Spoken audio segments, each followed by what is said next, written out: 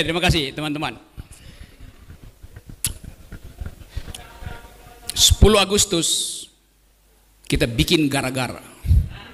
Kita cari gara-gara.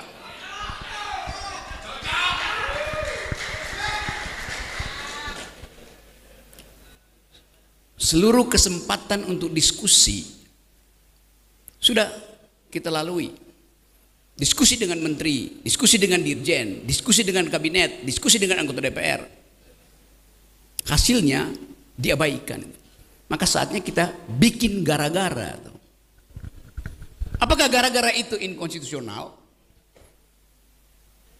Gara-gara itu disediakan oleh sejarah untuk berperkara. Kita bikin gara-gara untuk buka perkara.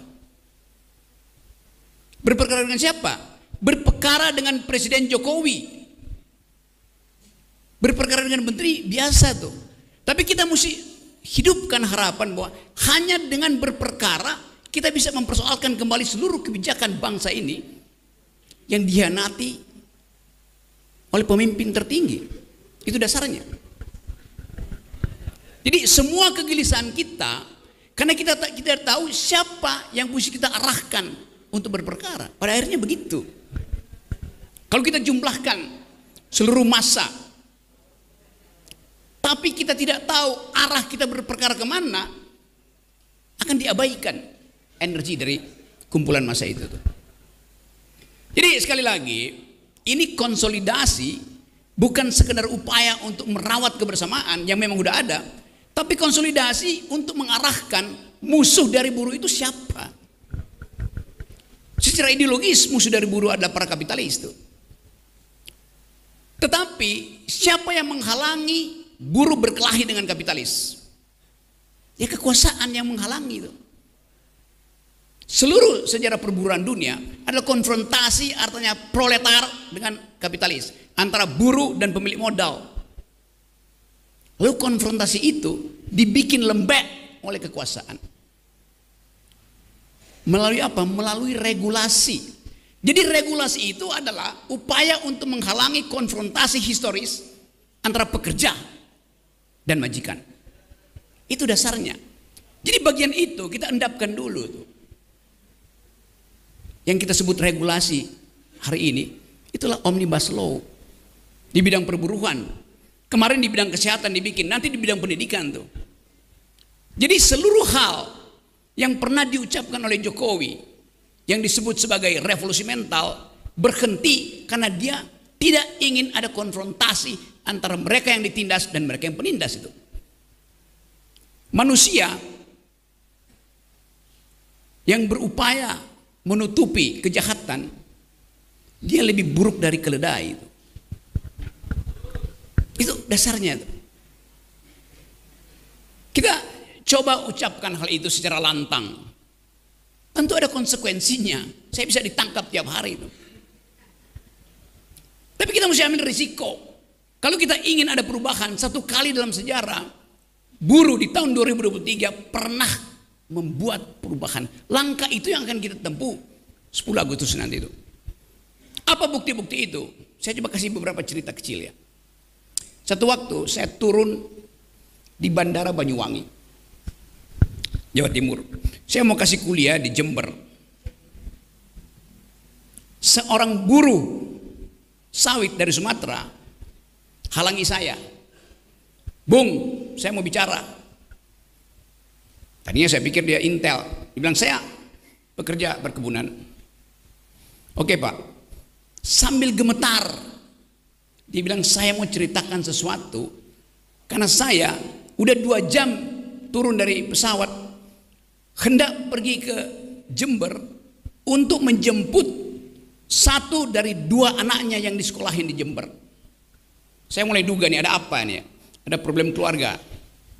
Dia bilang begini, Pak Rocky, apa yang saya mau ucapkan pada 2 putra saya kalau satu di antara mereka saya bawa pulang ke Sumatera? Loh ada apa Pak? Begini, waktu saya memutuskan bersama istri saya dan keluarga besar untuk menyekolahkan 2 anaknya ke Banyuwangi, Saya memutuskan itu karena janji Jokowi bahwa harga sawit akan stabil. Mungkin di 2000 waktu itu. Oke. Jadi Bapak ini merencanakan ekonomi keluarga, kesejahteraan keluarga berdasarkan janji presiden pada waktu itu. Tiba-tiba harga sawit turun sampai Rp700, Rp900 per kilogram. Bayangkan, dia mesti bawa pulang 1 dari 2 anaknya. Masalahnya adalah apa yang mesti dia pilih, anak yang mana yang mesti dia korbankan. Malam sebelumnya pasti dia bertengkar dengan istrinya tuh. Anak yang mana, ayah? Hanya boleh ada 1 anak yang sekolah karena harga sawit turun. Lebih lanjut ada pertanyaan, kalau anak yang 1 itu diambil dibawa pulang ke Sumatera, apa kata teman-temannya? Narkoba, DO, bikin kejahatan. Ayah itu bingung. Dia mesti memilih yang mana yang mesti dibawa pulang. Kalaupun dibawa pulang ke Sumatera, lingkungan tetangga di situ akan, kok pulang, bodoh ya anakmu. Jadi Anda bayangkan bahwa kebijakan negara yang menjadi patokan pembuatan rencana keluarga berantakan karena tidak ada jaminan negara tentang merosotnya pendapatan si buruh. Konkretnya begitu. Nanti kita dengar uraiannya. Pasti Jokowi akan bilang, harga sawit turun karena permintaan dunia berhenti. Oleh karena itu, salah sendiri Pak petani. Kenapa nggak menduga bahwa permintaan dunia akan berhenti? Dia mau salahkan si petani itu. Padahal dia yang janji bahwa harga akan stabil. Dan dengan kondisi itu, sang petani sawit mampu membayangkan masa depan anaknya. 2 tahun kemudian dia akan jadi manajer, 3 tahun kemudian dia akan jadi pemimpin perusahaan. Mimpi seorang buruh tani di Sumatera dibatalkan oleh ketidakkonsistenan Presiden Jokowi. Logika itu yang mesti kita pakai. Hal yang sama sekarang berlaku pada pegawai-pegawai tinggi, manajer-manajer di sepanjang Tamrin, yang juga berharap bahwa setelah dia pensiun, dia masih bisa mensekolahkan anak-anaknya tuh. Karena dia akan dapat 1 miliar. Sekarang dengan 25 juta, mungkin ada anak yang belum kawin, dan dia janjikan pada waktu itu, kamu nak akan menikah setelah ayah pensiun, karena ayah punya 1 miliar. Sekarang dia cuma dapat 25 juta tuh. Mau bikin di mana pernikahannya tuh? Anaknya akan tagih. Ayah mana uangnya? Saya mau menikah sekarang tuh. Tunggu 10 Agustus. Kata ayahnya tuh. Anaknya akhirnya mengerti bahwa bukan kesalahan ayahnya tidak menabung, tapi tabungannya dirampok oleh kebijakan Unibas Law. Itu dasarnya tuh. Nah, kita ada di sini di dalam keadaan kebimbangan. Sementara Presiden Jokowi tidak pernah peduli permintaan buruh. Dia berupaya untuk menunda pemilu karena dia belum dapat kesepakatan dari ketua-ketua partai. Siapa yang akan melindungi dia ketika dia lengser? Apakah Ganjar mau lindungi dia? Apakah Prabowo mau lindungi dia? Apakah Anies mau lindungi dia?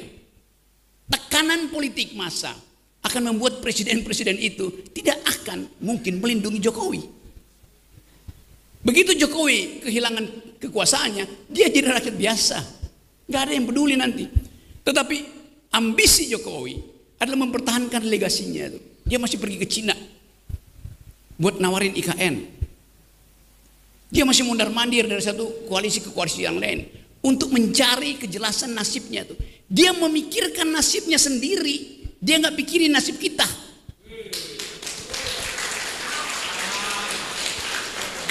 Itu bajingan yang tolol. Kalau dia bajingan pinter, dia mau terima berdebat dengan Jumhur Hidayat.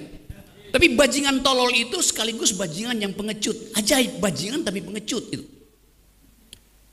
Jadi teman-teman, kita harus lantangkan ini. Saya percaya bahwa 10 Agustus nanti akan ada kemacetan di jalan tol. Bukan saya percaya, saya inginkan. Lebih baik macet di jalan tol daripada macet di jalan pikiran.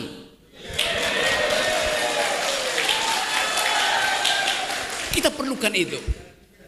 Sejarah menunggu kita.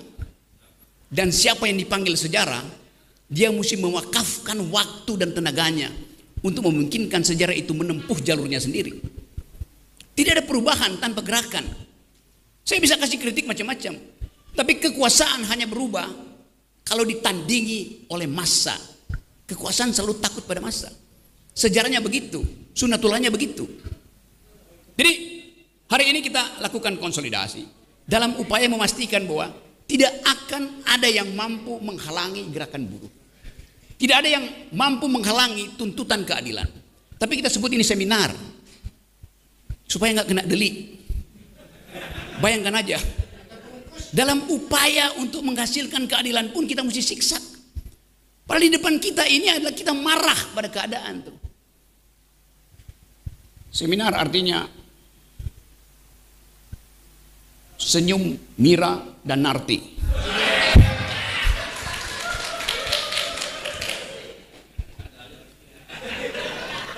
Karena kita marah sambil tersenyum. Kita marah terhadap keadaan, kita tersenyum karena akan ada perubahan. Kita mampu.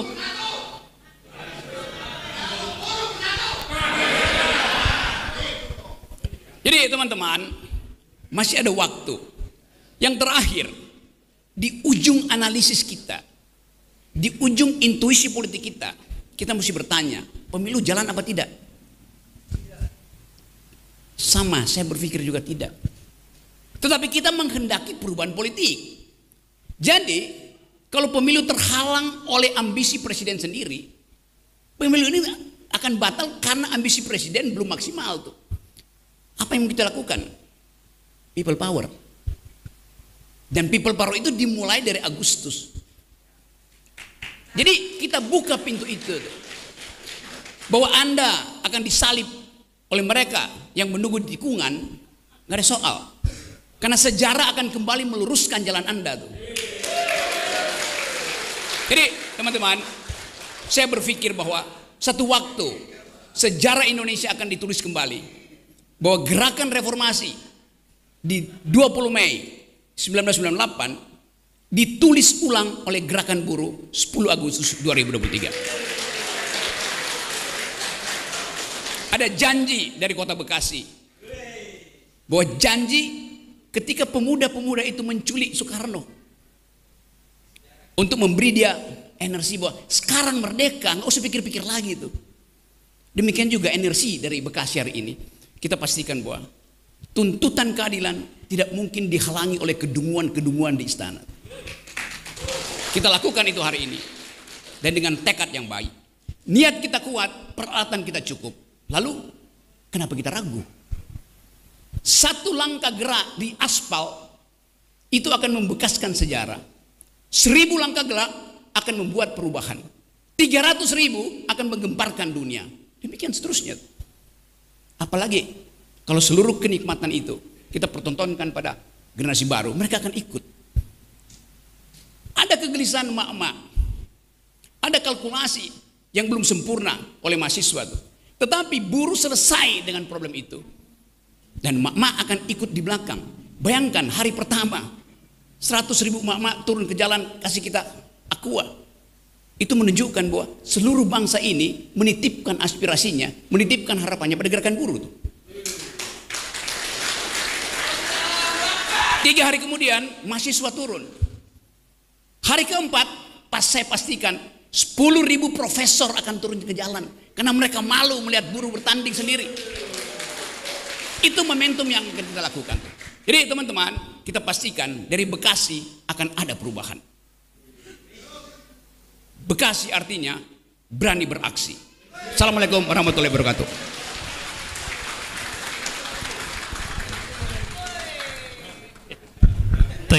Thank you Bung Rocky. Masih ada waktu sedikit. Kawan-kawan ada yang ingin bertanya nggak?